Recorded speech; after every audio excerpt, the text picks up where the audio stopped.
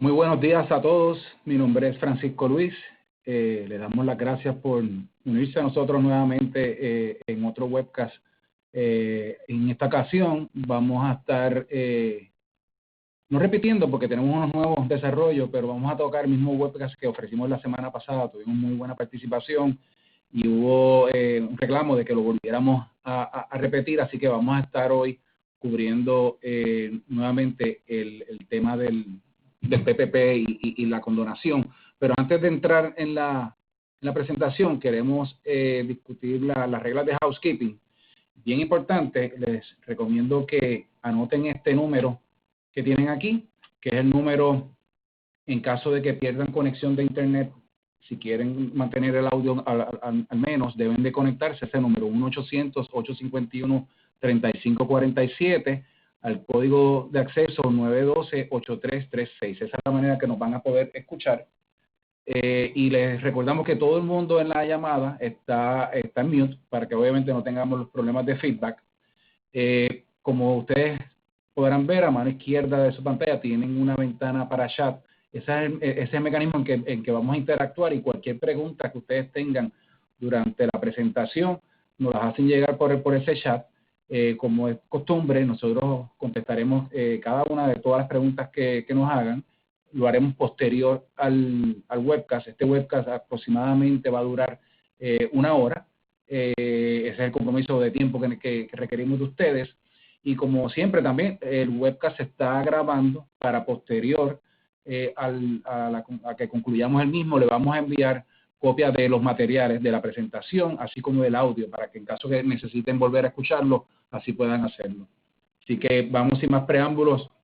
Este es el tema que tenemos para hoy. Vamos a cubrir el Paycheck Protection Program, pero específicamente la discusión se va a enfocar en la condonación, en el proceso de la condonación. Nos gusta siempre recalcar nuestros valores como firma. Nuestros valores son clear, colaboración, liderazgo, excelencia, agilidad, respeto y responsabilidad. Estos valores no solo los tenemos nosotros como firma aquí en Puerto Rico, sino que son los valores que Grant Thornton International, a través de todas sus firmas en sobre 130 países, también usa estos mismos valores. Esta mañana tengo el gusto de estar acompañado por Marta Rodríguez. Marta es Senior Manager en nuestro departamento de Advisory, y este es el departamento que prácticamente está ayudando a nuestros clientes y amigos con este tema de la condonación. Anteriormente ayudaron en el proceso de la solicitud de los préstamos, pero ahora es que viene la parte más interesante y más beneficiosa, si podemos decir así, que es el proceso de la condonación. Luce ser un proceso sencillo, pero lo cierto es que no lo es. Ha habido mucha interpretación, muchas guías que el SBA ha ido emitiendo, y ya pues tenemos el insumo de todo ese conocimiento para poder ayudarlos con esta gestión. Mi nombre nuevamente es Francisco Luis, yo soy socio en el Departamento de Impuestos, y también vamos a cubrir algunos temas de impuestos que siempre es parte del plato. Como ya sabrán, tenemos dentro de nuestra página de internet una sección dedicada expresamente para cubrir todo el tema de COVID-19. Ahí van a ver links a nuestros webcasts que hemos estado emitiendo. También van a ver los alerts y los artículos que hemos ido publicando. Durante esta pandemia hemos dado ya cerca de 20 webinars o webcasts. Gran parte de ellos es con el tema de COVID-19. También tienen acceso, y lo van a ver más adelante, a nuestro canal de YouTube, donde también pueden nuevamente ver las presentaciones que hemos estado dando. Esta es la agenda de lo que tenemos para hoy. Donde todo esto comenzó en la ley de CARES Act. Este es el Coronavirus Aid, Relief and Economic Security Act, que fue aprobado el 27 de marzo, ya cuando llevábamos nosotros acá en Puerto Rico aproximadamente 11, 12 días en el lockdown, en el llamado toque de queda. Y esta ley, como ustedes saben, modificó la sección 7A del SBA, del programa de préstamo, para modificar y traer una serie de elementos adicionales, y este nuevo proceso entonces se llama el Paycheck Protection Program. Específicamente hoy nos vamos a a concentrar en el proceso de la condonación, el periodo que cubre, los llamados payroll costs, cómo es la solicitud, y esto vamos a estar utilizando toda la guía que ha ido publicando el SBA. El SBA ha sacado cerca de 13 pronunciamientos, incluyendo los más recientes, que fue un reglamento que emitió para este mismo proceso el fin de semana pasado, y vamos a discutir algunas implicaciones contributivas a nivel de Puerto Rico y a nivel federal que esta condonación trae. Es bien importante que lo tengamos en mente, y aquellos que hayan recibido ya notificaciones de que hubo un adelanto en el Congreso de Estados Unidos anoche por la firma de un proyecto de ley, el insumo de lo que se aprobó anoche en el Senado lo vamos a discutir también. Le vamos a dar un toque de qué es lo que se aprobó y cómo esto modifica, pero lo cierto es que las reglas que estamos discutiendo son completamente vigentes, están al día, es basado en la ley que tenemos hoy, y lo que tenemos adicional que el Senado aprobó anoche sería una alternativa adicional y unas nuevas reglas que van a comenzar cuando se apruebe la ley, que la firme ya el presidente. Por eso lo vamos a cubrir, o sea que la presentación está al día con los cambios más recientes que tenemos anoche en el Congreso de los Estados Unidos. Así que, sin más preámbulos, lo voy a dejar con mi compañera Marta Rodríguez, que va a empezar con la discusión de CARES y seguirá con el proceso de la condonación del préstamo. Gracias, Francisco, y buenos días a todos, y gracias por estar con nosotros este ratito ahora por la mañana.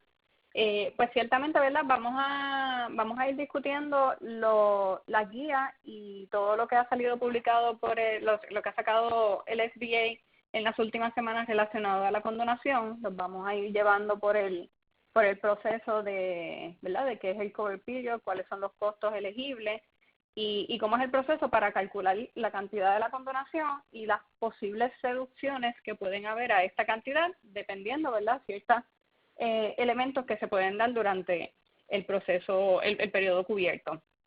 Para, ¿verdad?, ponernos un poquito en contexto, aunque Francisco, ¿verdad?, habla un poquito de lo que es el CARES Act, pero para refrescarnos la memoria, el CARES Act, como mencionó Francisco, se firmó en ley el 27 de marzo de este año, lo cual disponía de 350 billones de dólares para ayudar, ¿verdad?, a los pequeños negocios que han sido afectados por la situación del COVID-19 a que puedan obviamente pues continuar y principalmente, ¿verdad?, ayudar a sus empleados y tratar de conservar los empleos ¿verdad?, en la medida que sea posible.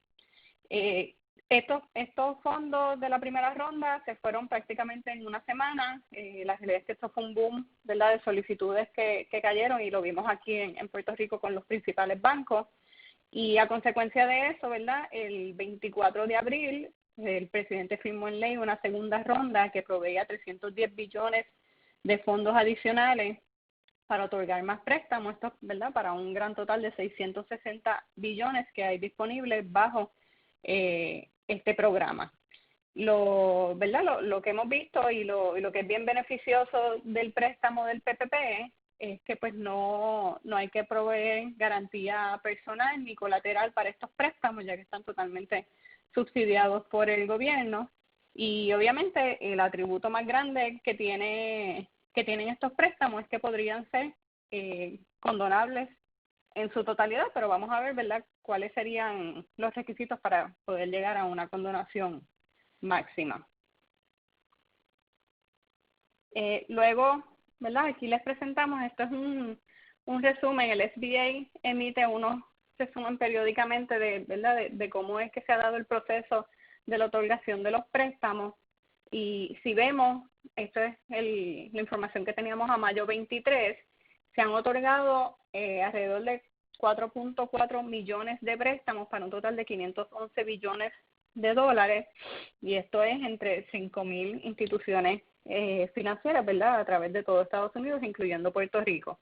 En el caso específico de nosotros acá en Puerto Rico, se han aprobado alrededor de 30.000 préstamos. Obviamente esto es a mayo 23, de aquí a allá pues han entrado unos pocos más, para un total de 1.7 billones de dólares que se han entonces concedido aquí en Puerto Rico. Si nos vamos entonces, ¿verdad?, ahora vamos a ir poco a poco y los vamos a ir llevando por el proceso, como les dije, y por lo que es la solicitud de condonación que emitió el SBA, lo primero que tenemos, ¿verdad?, es cuál es el proceso para la condonación. Obviamente, para recibir lo que es la condonación, habría que llenar la solicitud, la cual la solicitud el SBA la publicó en mayo 15, fue que sacaron la forma. La realidad es que, ¿verdad?, es bastante larguita, pero es porque incluye pues todas las definiciones de los gastos que se pueden incluir, de los periodos que cuentan, y lleva bastante, ¿verdad?, va step by step por lo que es el cálculo tanto para calcular la condonación como las posibles reducciones a esta cantidad. Luego de mayo 15, en mayo 22, el SBA publicó lo que fue el Final Interim Rule, que básicamente es una expansión de las reglas que están incluidas en la solicitud, y pues lo que hace es explicarlo un poquito más al detalle y ciertos Q&A de dudas que han surgido durante el proceso. ¿Cómo entonces sería una vez, verdad? Hay que esperar a que se termine el cover period, y vamos ahorita a entrar en detalles de cuál es el que se considera el cover period. Pero una vez se termine este periodo, pues entonces ahí se puede solicitar la condonación al banco. El banco, una vez lo recibe, tiene 60 días para, ¿verdad?, examinar la solicitud y someterlo al SBA para aprobación, para someterlo al SBA para aprobación.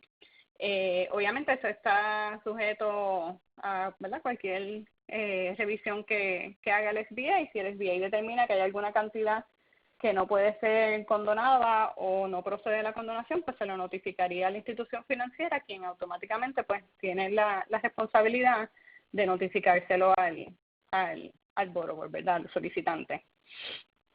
Aquí les presentamos, ¿verdad?, esto es un snapshot de lo que es la solicitud. Esta es la página, lo que ellos le llaman el calculation form, que es como el resumen, ¿verdad?, que es donde se llega a cuánto es la cantidad máxima que se podría condonar del préstamo que ya había sido solicitado. Obviamente las otras páginas, y los vamos a ver, pues incluyen los cálculos detallados, pero aquí lo que vemos, ¿verdad?, la parte de arriba es información del borrower, ¿verdad?, del solicitante, el préstamo que se solicitó, la cantidad, cuál es el cover period, el periodo de nómina, y lo que vemos aquí, lo que es la línea 1, 2, 3 y 4, aquí es donde vamos a ir detallando pues cuántos fueron los gastos de nómina elegibles, ¿verdad?, los que estamos incluyendo en el cálculo de la condonación, y estos otros gastos que no son nómina, que ahorita vamos a entrar en más detalle en ellos, vamos a detallar aquí. Y la parte de abajo, que son las líneas 5, 6 y 7, aquí se nos presentan 3 totales. Lo importante es que de estos 3 totales que están aquí, debemos escoger la opción más bajita, y eso será nuestra condonación.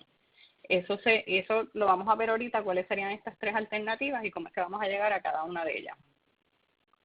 Si nos vamos entonces por lo que es la solicitud, como les mencioné, la solicitud tiene alrededor de 11 páginas. Lo primero que tenemos son las instrucciones y las definiciones, que aquí nos va llevando, definiéndonos lo que son los payroll costs, estos otros gastos, los periodos y las instrucciones para llenar la forma. El calculation form, que es lo que les acabamos de presentar, que es básicamente el summary, y donde vamos a presentar at the end cuánto es la cantidad que vamos a solicitar por condonación. Tenemos las certificaciones que tiene que hacer el solicitante, al igual, no sé, ¿verdad?, si recuerdan cuando se llenó la solicitud del préstamo, que también había que hacer unas certificaciones que había que iniciarlas, pues esto es el mismo caso. Tiene una página de estas certificaciones. Luego en el Schedule A tenemos lo que es el cálculo del Modified Total, que ahorita vamos a ver en detalle, pero básicamente el Modified Total aquí es donde se le aplican las posibles reducciones que puede tener la cantidad a condonarse, dependiendo si hubo reducciones en el número de empleados o en los salarios. Después tenemos el Schedule A, el Worksheet, que esto básicamente es el detalle de lo que es el cálculo de si hay una reducción en salarios durante el periodo cubierto, y ahorita entramos en detalle ahí. Tiene la página 10, es una sección donde entonces nos especifica cuáles son los documentos soportes que debemos someter a la institución financiera y por ende al SBA cuando vayamos a solicitar la condonación. Ahí detalla, ¿verdad?, va bastante el detalle de cuáles son estos documentos. Hay unos que hay que someterlos con la solicitud y hay otros que específicamente Dice en la forma que no es que hay que someterlos porque ya serían muy voluminosos, pero es responsabilidad de la compañía, ¿verdad?, tener esa evidencia, cosa de que si el SBA la solicitara, pues se pueda someter. Y la última página de la solicitud es información demográfica. Esto es opcional, no hay que llenarla si no se desea, pero esto es para propósitos de reporting de ellos en el SBA sobre el solicitante, y es información pues ¿verdad?, si hay veteranos, información sobre sexo, raza y cosas así. Pero esto es, ¿verdad?, como les mencioné, es opcional. Ya entrando, ¿verdad?, en lo que es vamos a entrar entonces ya a qué es lo que podemos incluir en el cálculo de la condonación. Lo primero es que tenemos que determinar cuál es nuestro cover period, que eso pues me imagino que han escuchado ese término, ¿verdad?, porque es de lo más importante. Nos da, ¿verdad?, la forma nos da dos opciones. La opción número 1, que es como, ¿verdad?, como diríamos el default, es que básicamente el cover period va a ser por un periodo de 8 semanas o 56 días, y este periodo va a comenzar el día en que se desembolsa el préstamo. Y, por ejemplo, si tenemos un préstamo, ¿verdad?, que se nos desembolsó, que entró en la cuenta de la compañía en abril 20, ese va a ser el primer día del cover period. Ahí se cuentan los 56 días que incluye este término, y entonces pues lo que podemos decir es que el cover period termina en junio 14, ¿verdad? Esa es la primera opción, la más básica, ¿verdad? Y es el default, ¿verdad?, que nos presenta el SBA. Si nos presenta una segunda opción, que es lo que se llama el Alternative Payroll Cover Period, y esto básicamente lo hicieron para tratar de simplificar un poco, ¿verdad?, y hacer que haya menos carga, ¿verdad?, o burden en las compañías, pero es específicamente, esta opción está disponible para aquellas entidades que tienen un periodo de nómina bisemanal o más frecuente, entiéndase semanal. Para esas compañías que tienen ese periodo de nómina bisemanal o más frecuente, pueden acogerse entonces al Alternative Payroll Cover Period. Y, por ejemplo, ¿qué es lo que provee esto? Es que entonces vamos a ajustar el Cover Period para los aspectos que tienen que ver con nómina según van corriendo las nóminas de la entidad. Por ejemplo, si volviendo, ¿verdad?, teniendo la misma fecha que nos hicieron el desembolso del préstamo en abril 20, se supone que ahí, bajo la opción 1, y es que empezaría a correr lo que es nuestro Cover Period. Pero tenemos que para esta compañía, el próximo periodo de nómina, ¿verdad?, luego del desembolso del préstamo, comienza en abril 26. Pues entonces lo que nos permite es comenzar el cover period en vez de en abril 20, pues que comience en abril 26, y así pues entonces cuadramos el cover period con las bisemanas, ¿verdad?, con las nóminas que vamos a estar pagando. En este caso, si se aplica el Alternative Cover Period bajo este mismo ejemplo, en vez de comenzar en abril 20, comenzaríamos en abril 26, y el periodo, en vez de terminar en junio 14, pues terminaría en junio 20. Algo bien importante, ¿verdad?, que debemos mencionar con relación al Alternative Payroll Cover Period es que pues pide, ¿verdad?, el SBA pide que haya consistencia en uniformidad, o sea que pues si una vez se determina que ese es el que se va a utilizar, pues hay que utilizarlo para todo lo que tiene que ver, que está relacionado con los ítems de nómina. Sí podemos ver que hay otras secciones en la solicitud que cuando habla de cover period, pues nos está refiriendo a lo que es la opción 1 del cover period, y entiéndase que esto sería mayormente relacionado a los gastos que no tienen que ver con nómina, que ahorita vamos a ver cuáles serían esos otros gastos que podríamos incluir. En cuanto al timing de los pagos, ¿verdad? Había la duda de si lo que se iba a incluir para el cálculo eran los pagos los gastos de nómina que se habían incurrido durante el periodo de cobertura, durante el cover period, o los que se habían pagado. El SBA aclaró en su solicitud y en el Interim Final Rule que pueden ser tanto los gastos incurridos como los gastos pagados. Por ejemplo, en el caso, ¿verdad?, que no estemos utilizando el Alternative Cover Period, que es el que nos cuadra con el periodo de nómina, si tenemos una nómina que, ¿verdad? Tomando el ejemplo anterior, que el periodo de cubierta terminaba en junio 20 y yo tengo una nómina que empezó durante el periodo antes de junio 20 y a lo mejor se terminó el 20 mismo o el 21, pero la estoy pagando después, esos gastos sí los puedo incluir dentro de mi cálculo. O sea que, porque esos son gastos que fueron incurridos dentro del periodo de la nómina. Igual podría darse el caso de gastos, ¿verdad?, de nóminas que estuvieran corriendo cuando comenzó el periodo de cobertura y se pagaron al inicio del periodo de cobertura, que también podrían entonces ser considerados para el cálculo de la condonación. Importante, ¿verdad?, que el SBA hace la distinción de cuando es que se considera un gasto de nómina que está pagado, es el día en que los cheques han sido distribuidos, ¿verdad?, a los empleados o se inicia la transacción de ACH. Como les mencioné, pues, aunque no se paguen dentro del periodo de cobertura, si están atados al periodo de cobertura, pues pueden ser incluidos estos gastos. Ahora entonces, ¿verdad?, yéndonos en cuáles son los componentes, ¿verdad?, cuáles son, ¿verdad?, hablamos de cuál es el periodo, pero vamos a hablar entonces ahora de cuáles son esos gastos que sí puedo incluir dentro de mi cálculo. Lo primero es que vamos entonces a ver cuáles son los gastos de nóminas que son elegibles. Los gastos de nómina elegibles, ¿verdad?, básicamente lo que nos debemos poner en perspectiva es que la base que vamos a utilizar para calcular la condonación es la misma base que utilizamos para calcular la cantidad que se solicitó del préstamo. Por lo tanto, la definición de payroll cost sigue siendo la misma, o sea, que cualifican lo que son los salarios, las comisiones, las propinas o cualquier otro tipo de compensación, ¿verdad?, alguna bonificación que se le haga al empleado durante el periodo de cobertura. En adición a eso, los pagos que estén relacionados a licencias de vacaciones, de maternidad, sick leave o algún severance payment también son considerados como parte de compensación y por lo tanto pues son incluidos en el cálculo. La aportación del patrono, que tiene que ver con el plan médico, también se considera para el cálculo. La aportación patronal a los planes de retiro también va incluida.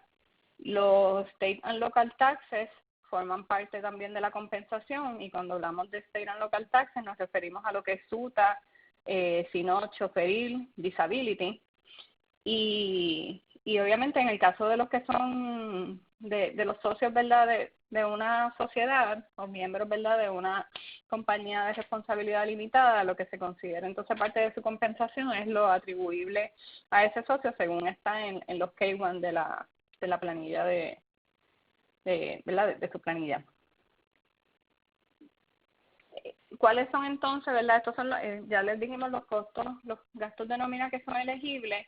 ¿Qué es lo que no entra dentro del cálculo? Pues todo lo que tiene que ver con los taxes federales, que es FICA, ¿verdad?, Medicare y FUTA, eso no entra en el cálculo, no lo podemos incluir.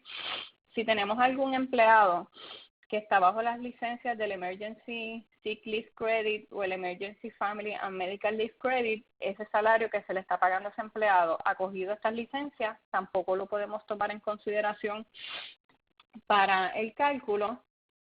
Lo que tiene que ver con las primas de planes médicos o de planes de retiro para los independent contractors, ¿verdad?, para los que trabajan por cuenta propia, eso tampoco es elegible. Y la compensación a cualquier empleado que su residencia principal sea fuera de los Estados Unidos tampoco puede ser considerada. Importante, ¿verdad? Y así como lo vimos cuando se estuvo calculando la cantidad del préstamo, los salarios en exceso de $100,000 anuales están excluidos del cálculo, lo siguen, ¿verdad?, tanto para la condonación como para cuando se calculó.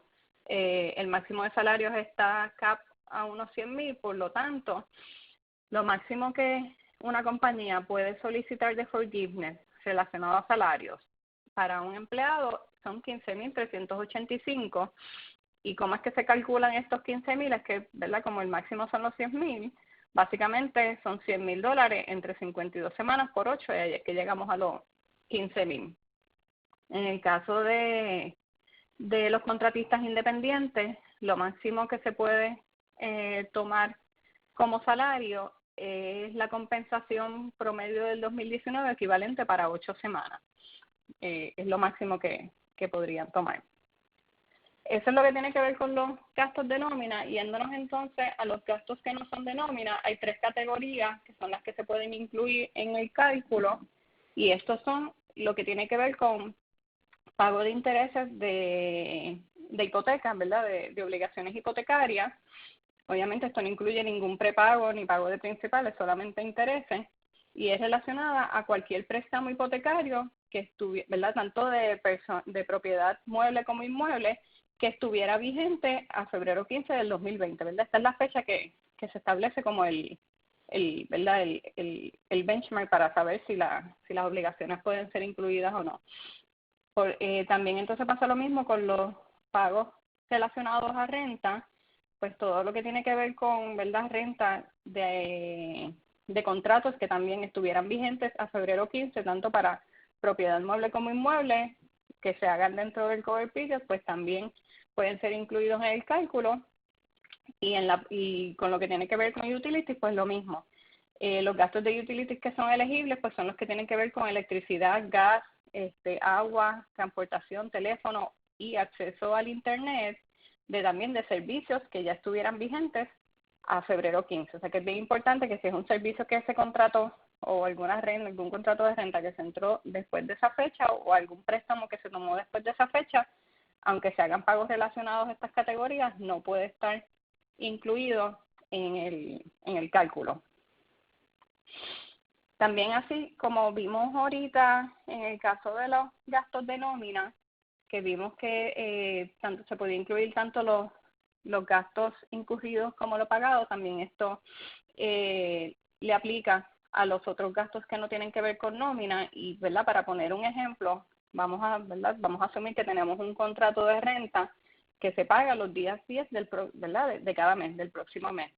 Si nuestro cover period, ¿verdad?, asumiendo para este ejemplo, comienza en mayo 1 y por lo tanto termina en junio 25, pues durante ese cover period yo voy a tener que en mayo 10 yo voy a hacer el pago de abril, pues aunque es la renta de abril, pero como la pagué dentro de mi cover period, lo puedo incluir como parte de mis gastos de renta, y a la misma vez la renta de junio, que obviamente la incurrí durante el cover period, pero la estoy pagando en julio 10, que la pago después, también puede ser incluida dentro del cómputo. Por lo tanto, en este caso, pues tendríamos 3 meses de renta básicamente que podrían ser incluidos. Obviamente esto suena bien chévere y decimos, pues, ¿verdad?, está súper bien porque podemos incluir 3 meses, pero siempre recuerden que, ¿verdad?, hasta hoy, como está la ley hasta ahora, el total de estos otros gastos que no tienen que ver con nómina no pueden exceder más del 25% del total a ser condonado. Y esto, ¿verdad?, lo vamos a ver más adelante porque, pues, por ende obvio, pues los gastos entonces de nómina tienen que ser el 75%. Yéndonos un poco, ¿verdad?, a lo que es entonces el cálculo como tal de las diferentes cantidades y de la posible máxima cantidad a condonarse, esto se recoge en lo que es el Schedule A y el Schedule A Worksheet, que es donde entonces vamos a ver si hubo alguna reducción obviamente en la operación y por lo tanto en los empleados, pues cómo esto podría afectar el cálculo, ¿verdad? Si recuerdan ahorita, cuando les presenté la primera hoja de la solicitud, que era el summary, en la parte de abajo podíamos escoger tenemos que escoger entre 3 cantidades y tiene que ser la menor. ¿Cuáles son esas 3 cantidades? Pues el Modified Total, que ese es el que vamos a estar discutiendo ahora, que ahí es donde pueden entrar en juego las posibles reducciones por el número de empleados o los salarios pagados, la cantidad del préstamo, ¿verdad?, porque obviamente no nos van a condonar más de la cantidad que nos dieron en el préstamo, y lo otro es que tenemos que cumplir con el requerimiento de que los gastos de nómina tienen que ser el 75%. En la medida que los gastos de nómina me hayan disminuido durante el cover period, pues esto me va a afectar la cantidad máxima a condonar, porque como esa es la base que tienes que ser el 75%, pues esto podría hacer que la cantidad total a condonar sea más bajita, pero eso lo vamos a ver ya mismito. Yéndonos entonces, ¿verdad?, vamos a entrar un poquito más de lleno en lo que es el Modified Total, ¿verdad?, que aquí es donde entran las diferentes deducciones. Lo que nos dice, ¿verdad?, las reglas es que la cantidad máxima a ser condonada se puede reducir por dos factores. Lo primero es que yo tenga una reducción en lo que ellos le llaman el full-time equivalent employee, ¿verdad? En el average de mi full-time equivalent employee durante el cover period o el alternative cover period, dependiendo del que se haya escogido, o que haya habido, hoy, ¿verdad? Porque pueden haber las dos, que haya habido una deducción en el salario anual o en el 6 por hora de los empleados, dependiendo si es asalariado o si es un empleado exento. Lo primero que vamos a ver es el full-time equivalent employee. Esto muy al principio, ¿verdad?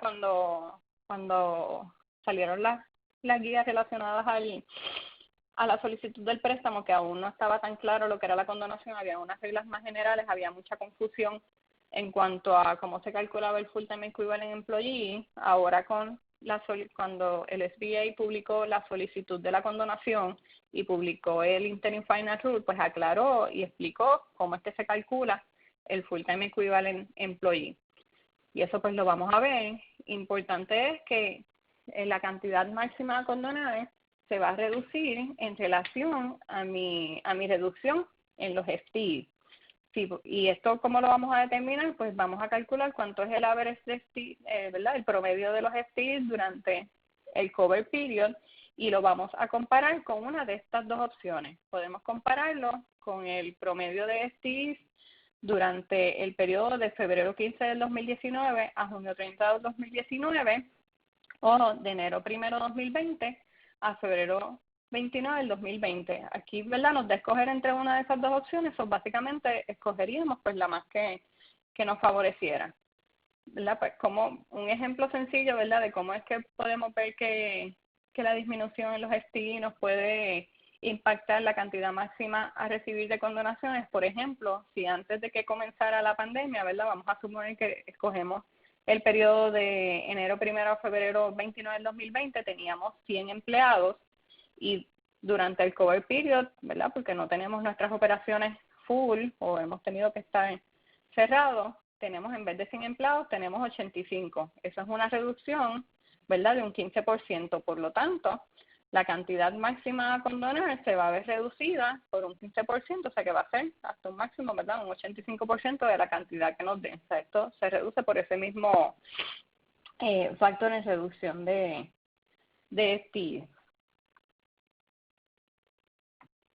¿Cómo entonces, verdad? Y esto es básicamente lo que les expliqué ahora, es que vamos entonces a sacar cuánto eran los FTE durante el cover period, los vamos a comparar con los periodos anteriores, y ese entonces va a ser el factor por el que nos va a reducir la cantidad. Pero es bien importante recalcar que si hay empleados que han sido despedidos por justa causa o que han renunciado a su puesto, o empleados a los que se les ha ofrecido el trabajo pero ellos deciden declinar la oferta y no regresar, esto, ¿verdad?, este número de empleados no se considera como parte de la reducción, o sea que no va a ser, el patrono no va a ser penalizado por estos empleados, porque en realidad el patrono está listo para ofrecerle su trabajo de vuelta. Es que pues simplemente o el empleado renunció o no quiso regresar a trabajar, o pues si hay razones justificadas para un despido, pues tampoco se va a penalizar al patrono por eso.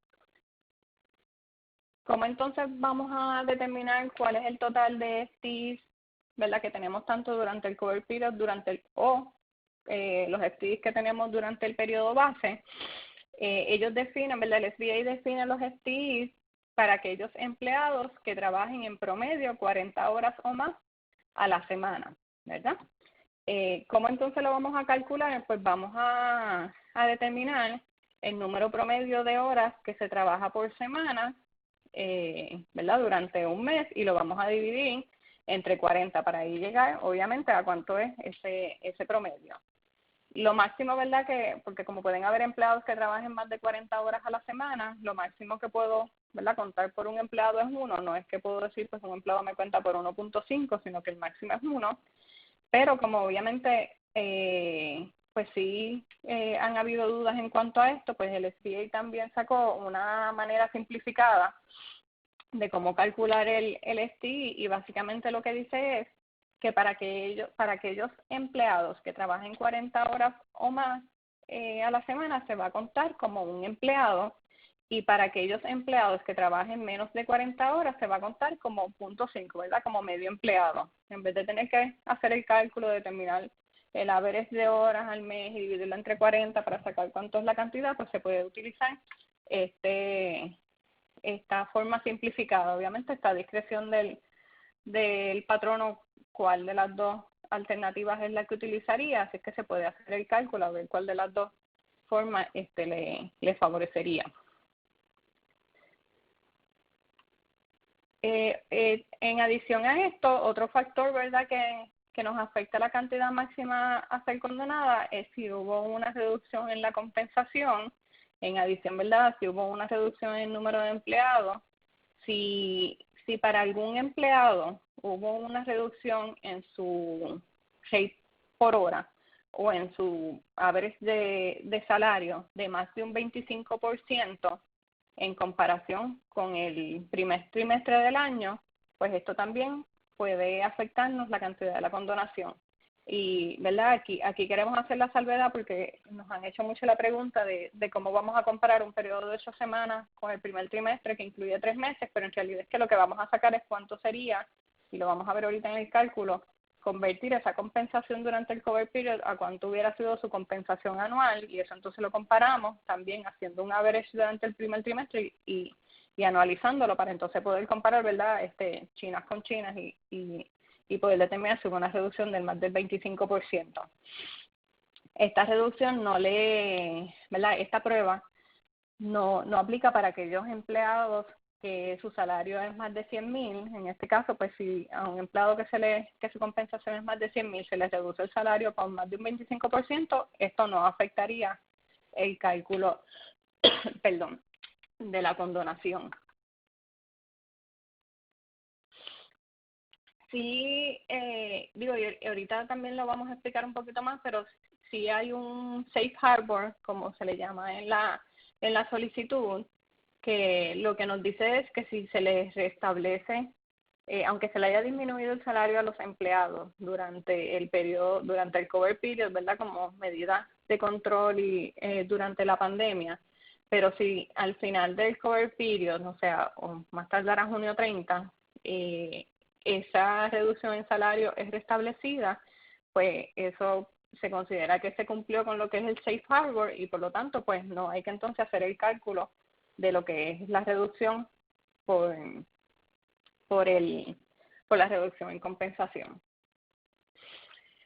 Esto que le presentamos aquí, y yo le diría que es la sección este es el schedule al worksheet, y esto yo le diría que es como que la parte de la solicitud que puede ser un poco más tricky, y esto es para calcular si hubo una reducción de más de un 25% en el total de compensación. Les digo que puede ser la parte más tricky porque esto hay que hacerlo a nivel de empleado, no es a nivel total, o sea que pues dependiendo cuántos empleados tenga la compañía, pues puede llegar a ser un cálculo pues bastante complejo. Para llevarlos más o menos, ¿verdad?, un resumen, ¿verdad?, porque sé que a veces es como que overwhelming cuando lo vemos y que dice pues la línea 1A y 1B ¿verdad?, y nos sigue llevando y es un poco confuso. Pero a grosso modo, básicamente lo primero que debemos hacer es que debemos comparar cuánto es ¿verdad?, vamos a calcular cuánto sería el salario promedio anual de los empleados durante el periodo de cobertura, durante el cover period, y eso lo vamos a comparar con el salario promedio anual durante el primer trimestre del año. Lo que vamos a hacer es que vamos a dividir el salario durante el cover period entre el salario durante el primer trimestre, y si esa división nos da 0.75 o más, pues quiere decir que no hubo una reducción de más de 25%, por lo tanto, hasta aquí dejamos esta sección del cálculo y seguimos llenando la solicitud y no tenemos que seguir ni con el step 2 ni con el step 3. Si por el contrario la cantidad es más bajita del 75%, pues ahí lo próximo que tenemos que ir a determinar es si entonces podemos ampararnos en lo que es el safe harbor, como le expliqué ahorita, o si tenemos que ir a calcular lo que es la reducción de ese más de 25% para ver cómo nos afecta la cantidad de la condonación. Para determinar si cumplimos con las provisiones del Safe Harbor, lo primero que nos pide aquí es que vamos a determinar cuánto es el salario promedio anual a febrero 15, que recuerdan, como les dije, esta es como que la fecha clave. Y entonces vamos también a calcular cuánto es el salario promedio anual del periodo entre febrero 15 y abril 26. Si la cantidad en este periodo de febrero 15 a abril es menor que el salario promedio anual a febrero 15, pues ya aquí determinamos que hay una reducción y vamos a brincar entonces directamente al paso 3 para calcular cuánto es la reducción.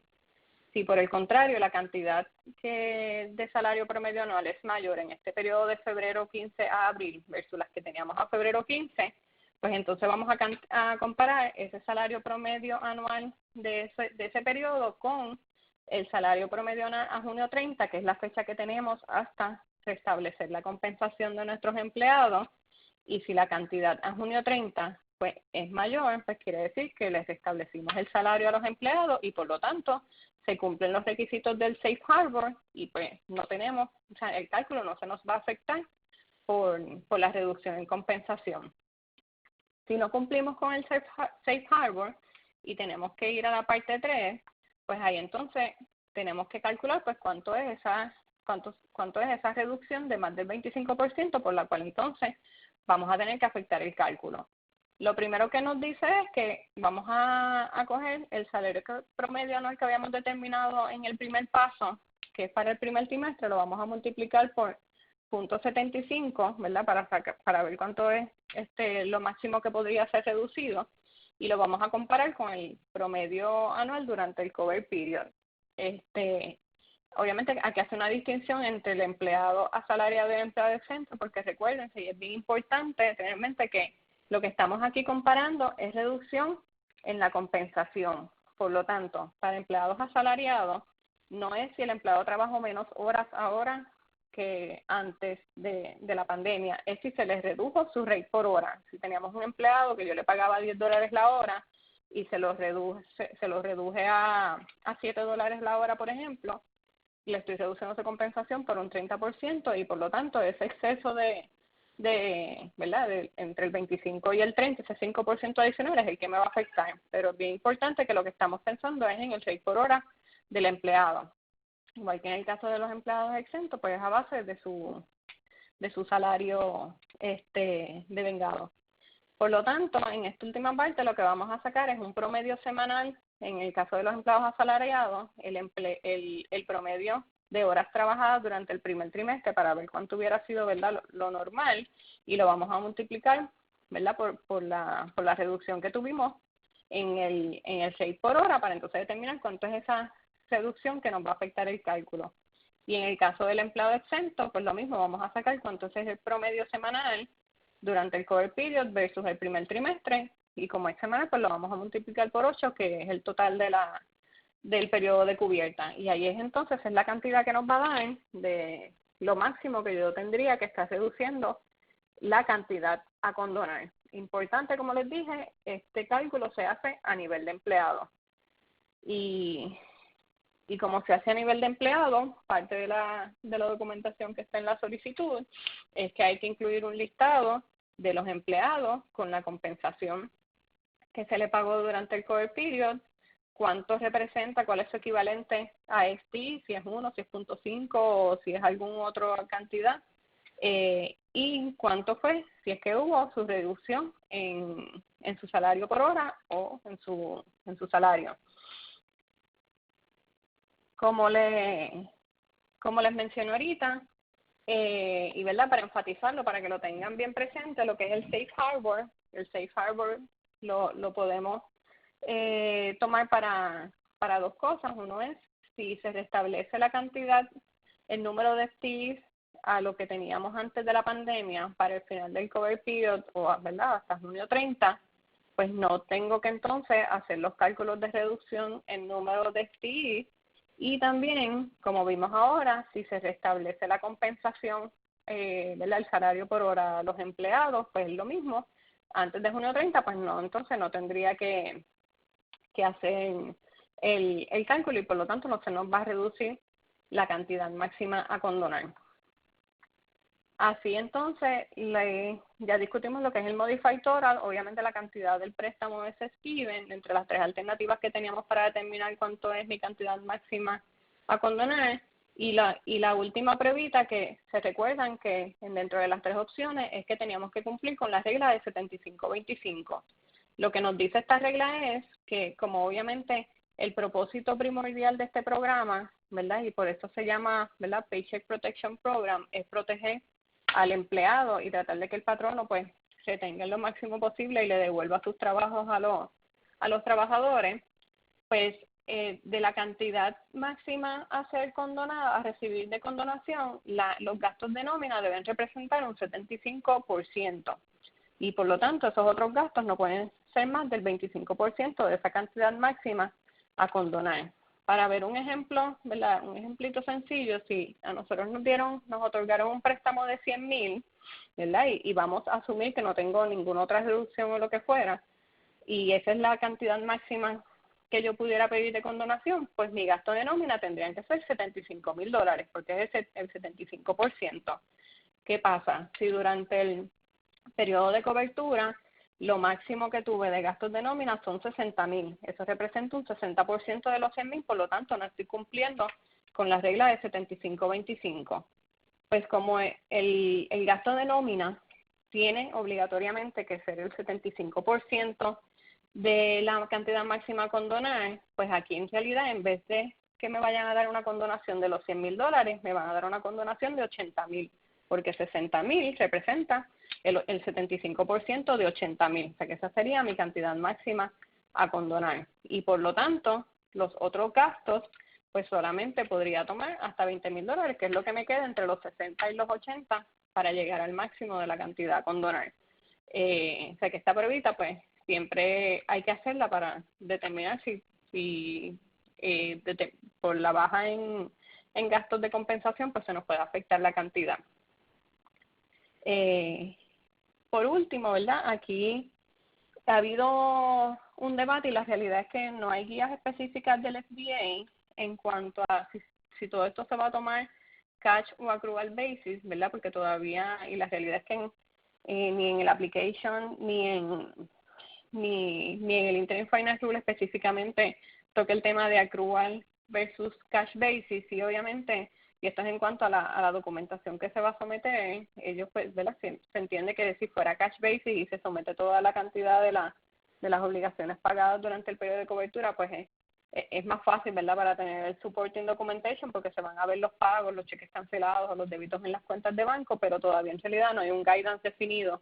Y aquí pues tendríamos que esperar a que el SBA o emita guidance más adelante, o también, ¿verdad?, debemos esperar todavía, obviamente todo esto de la condonación están saliendo, las guías salieron hace poco, como mencionó Francisco, hubo unos, ¿verdad?, se aprobaron en el Senado unos cambios que Francisco va a estar discutiendo ya mismito, a todas estas reglas de juego, y pues, ¿verdad?, todavía tampoco las instituciones financieras se han pronunciado exactamente en cuál va a ser el proceso con ellos para pedir la condonación. No sé si recuerdan, ¿verdad?, cuando fue el proceso de obtener el préstamo, que cada banco pues tenía su set, ¿verdad?, sus templates y la documentación que requerían, pues entendemos que lo mismo va a pasar con la condonación. Así que esto pues tendríamos que esperar un poquito. Aquí algo, ¿verdad?, rapidito les quería hablar de lo que es en el caso de los self-employed. Este cómputo es mucho más sencillo. En el caso de los self-employed, el máximo, ¿verdad?, que se tomó como préstamo era 2.5 el average, ¿verdad?, de su net income, según la planilla del año pasado. Para efectos de la condonación, lo que se puede solicitar es, como en el caso de los contratistas independientes, lo que se busca es reemplazar lo que hubiera sido su ingreso estas 8 semanas, pues de eso que se determinó basado en su net income del 2019, podríamos tomar de ese average, sacarlo por semana y sacar hasta un máximo de 8 semanas. Obviamente, al igual que para las compañías y los salarios de cada empleado, esto está cap a los 15,385, y también se pueden entonces todos los gastos relacionados a los intereses hipotecarios, la renta, las utilities, también se pueden tomar en consideración. Aquí, en este caso, para los self-employed, no está la cantidad esta del máximo del 25% en estos otros gastos. pero pues hay que entonces ver si surgen guías adicionales. En cuanto entonces, ya por último aquí les presento, y esto está en la página 10 de la solicitud, que es la documentación requerida cuando se va a solicitar la condonación. Básicamente lo que es para payroll, pues lo que nos pide son pues evidencias de los pagos, tanto sean reportes de banco, reportes de nómina, las planillas trimestrales para evidenciar los taxes, o los cheques cancelados o pagos que tienen que ver con todas las aportaciones de planes médicos, planes de retiro. En el caso de los STI, pues hay que tener entonces los reportes de nómina, reportes de empleados para las fechas claves según las discutimos. Y para aquellos otros gastos que no sean de nómina, pues lo mismo. En el caso de los intereses, pues hay que tener la evidencia de los intereses que se pagaron. Para la renta también, o hay que tener copia del contrato. Y los utilities, pues también copia de las facturas o los pagos realizados. Esto está en la página 10 de la solicitud, que ahí lo pueden ver en detalle, pero básicamente aquí le hacemos un resumen. Ahora los voy a dejar con Francisco, que entonces les va a hablar sobre pues los cambiecitos que han habido últimamente y las implicaciones contributivas. Gracias. Muchas gracias, Marta. Excelente la explicación, y como ven, el proceso de la condonación, que es la parte más importante de este programa, porque es lo que verdaderamente se puede lograr convertir en un grande, en un regalo. Es un cómputo complejo, tiene muchas variables, muchos moving targets que tenemos que tener en mente, los periodos de contabilidad, las nóminas, la reducción de empleados, etcétera. Y como les mencioné al principio, nuestro grupo de advisory está dedicado a esto. Si necesitan ayuda, no duden en comunicarse con nosotros. De todas maneras, esperamos que esta información les sea útil. Y como les mencioné al principio, anoche se aprobó el proyecto de la Cámara. Este es el de la Cámara, el 7010, en el Senado. Cuando vimos este seminario la semana pasada, había dos versiones, una versión del Senado y una versión de la Cámara, que tenían algunas diferencias. Lograron reconciliar. Y ahora también recordarán que hace una semana se aprobó otro proyecto, que era el HEROES Act. Eso se aprobó en la Cámara y también traía unas modificaciones al PPP, pero asignaba casi cerca de $3 trillones adicionales en ayuda, etcétera. Y había mucha guerra política entre los demócratas y los republicanos sobre el uso de esos fondos. Y ese programa, el HEROES Act, se quedó engavetado, no pasó en el Senado. Y desde que se aprobó en la Cámara, ya en el Senado se decía que no tenía los votos. ¿Por qué se logró ahora? Pues se logró ahora porque es exclusivamente cambios al proceso de la condonación, lo que estamos tocando aquí. Específicamente, el periodo de las 8 semanas se puede extender a un periodo de 24 semanas. Y aquí digo se puede extender porque hay una salvedad que se hace. Si ya usted tiene su préstamo otorgado, que probablemente la gran mayoría de las personas que nos acompañan esta mañana ya tienen su préstamo, usted va a tener la elección de irse o por las 8 semanas o por las 24 semanas. Si usted va a hacer un préstamo nuevo, otorgado después que este proyecto se convierta en ley, y aquí recordamos que falta la firma del presidente, la opción va a ser 24 semanas, no va a tener la opción de las 8 semanas.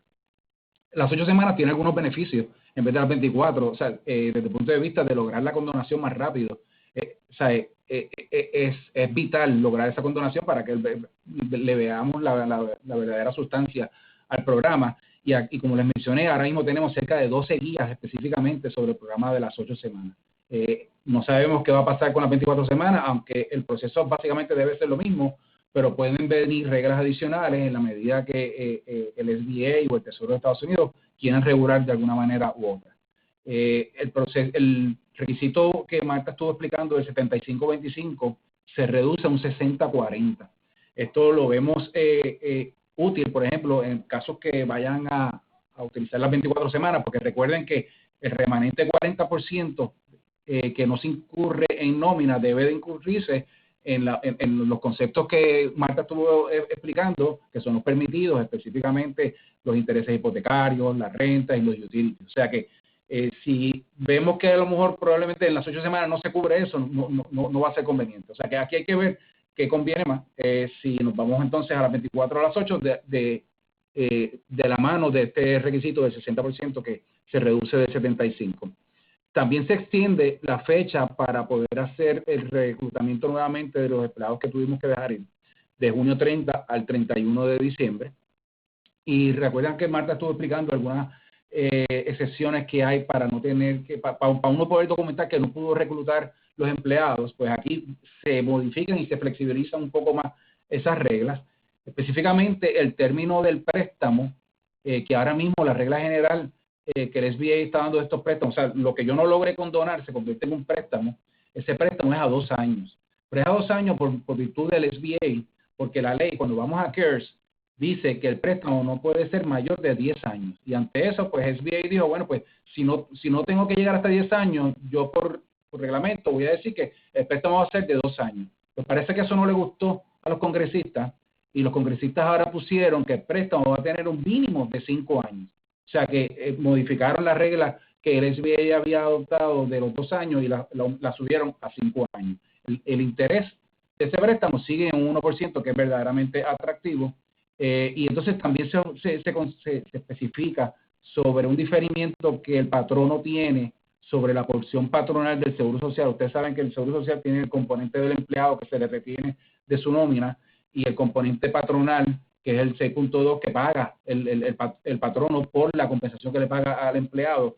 Pues eso que yo estoy pagando ahora durante el periodo de nómina, puedo diferirlo y no tener que pagar hasta 50% de lo que diferí en diciembre de 2021 y el otro 50% a diciembre de 2022. Pero cuidado con esta opción, porque es un diferimiento, esto no es una exención. Eventualmente voy a tener que pagar ese dinero. Entonces, le ponemos ahí de referencia, si usted quiere ver este proyecto de ley, es verdaderamente corto.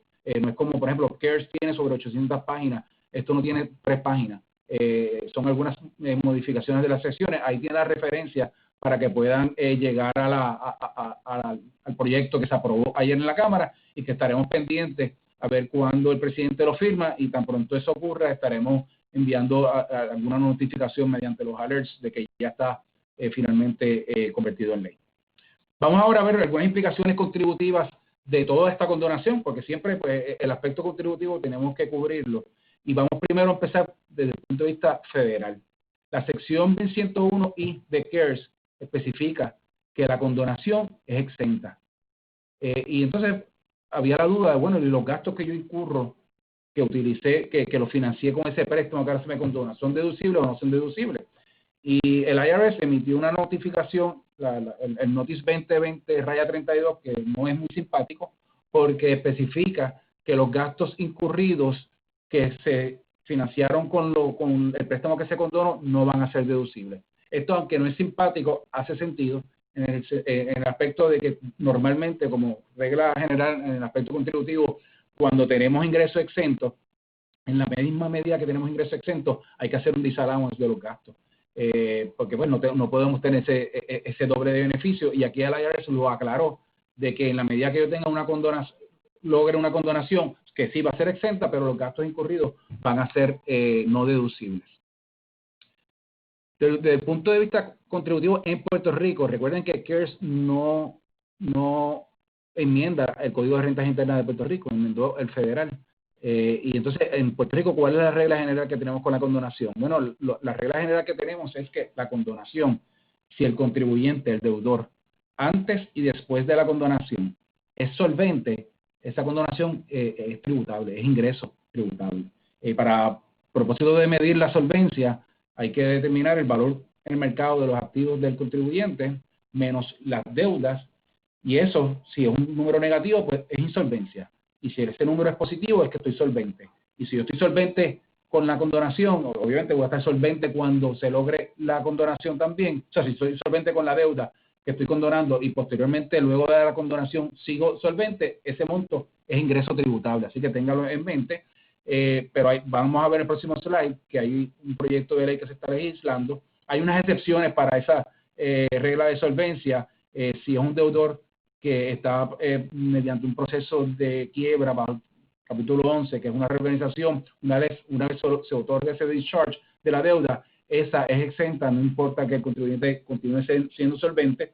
También hay algunos descargos de deudas sobre préstamos estudiantiles que también son exentos, no son tributables, y específicamente para propósitos de reorganizaciones de deudas de hipotecas sobre residencias principales, sobre la residencia principal del deudor, si ese monto de la deuda es de menos de $1 millón, se lo puede lograr la extensión. Para esto hay que seguir un procedimiento que Hacienda tiene en la determinación administrativa 1614. Entonces, tenemos el proyecto de la Cámara 2468. Esto ya fue aprobado por ambos, Cámara y Senado, y solo espera la firma de la gobernadora. Y esto crearía la ley complementaria para atender los efectos de la economía puertorriqueña provocadas por la emergencia del COVID-19. Específicamente, aquí se enmendaría el Código de Renta Interna de Puerto Rico y la Ley de Patentes Municipales para decir que la condonación es exenta de income tax y de patente. Y va más allá, porque pues, no le deja disposición al secretario de Hacienda para que regule como hizo la IRS, sino que aquí específicamente se mencionaría que los gastos incurridos mediante los cuales el financiamiento de la condonación se está dando, esos gastos van a ser deducibles. O sea que aquí yo sí tendría lo mejor de ambos mundos, donde tendría la exención de la condonación y donde tendría la deducción de los gastos incurridos. Otra cosa que trae este proyecto de convertirse en ley es que vuelve la figura de los Net Operating Loss Carryback. O sea que yo puedo llevar las pérdidas incurridas en el año 2020 hacia atrás. Actualmente la regla que nosotros tenemos, cuando nosotros tenemos un contribuyente que genera una pérdida, esa pérdida se arrastra hacia el futuro. Hay distintos periodos, de acuerdo al código cómo se ha ido enmendando, pero la regla que tenemos ahora mismo es de 7 años. Ahora mismo se permitiría que si yo tengo una pérdida en el 2020, que puede haber sido incurrido con los gastos que estoy usando para la condonación, o sea que a lo mejor en cash flow no estoy perdiendo, pero en libros sí estoy perdiendo, yo podría utilizar esa pérdida y llevarla hacia atrás 2 años, y en caso de que yo haya pagado impuestos en esos últimos 2 años, puedo generar un crédito que lo puedo arrastrar hasta el año 2020 y reclamar un reintegro por ese monto. Esa pérdida que yo vaya a llevar hacia atrás no puede ser mayor de $200,000 y el reintegro que yo vaya a utilizar o vaya a reclamar en el 2020 no puede ser mayor de $50,000. Y esto aplicaría a contribuyentes con menos de 10 millones de ingresos brutos, y las reglas que ahora mismo tenemos de las limitaciones en el uso de pérdida, que actualmente es un 90%, no aplicarían a este carryback que se haría. De igual forma, la puedo carry forward hacia el futuro con las reglas que tenemos en el código, y en el año en que se utilice en el futuro tampoco le va a aplicar la limitación del 90% que tenemos ahora mismo en la sección que le ponemos ahí de referencia, la 1033.14b1d. Hasta aquí tenemos justo 11 y 2, poquito más de 1 hora, donde pudimos repasar todo el proceso de la condonación, aún con los cambios aprobados anoche en el Congreso de los Estados Unidos. También discutimos las implicaciones contributivas. Hemos visto el chat y hay varias preguntas que estaremos contestando. Durante el día van a recibir un mensaje de parte de Kevin Grant Thornton, donde van a recibir la presentación, el link para el audio, y posteriormente contestaremos las preguntas y también las haremos llegar. Le damos las gracias por unirse y por escucharnos nuevamente, y les reiteramos que estamos a sus órdenes y esperamos que todos sigan bien y saludables. Muchas gracias.